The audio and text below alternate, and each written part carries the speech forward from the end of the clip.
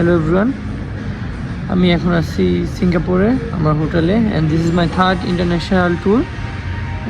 আসলে কাহিনী এখান থেকে শুরু না, কাহিনী শুরু হচ্ছে ঢাকা এয়ারপোর্ট থেকে। তো আবার ওইখান থেকেই শুরু করি।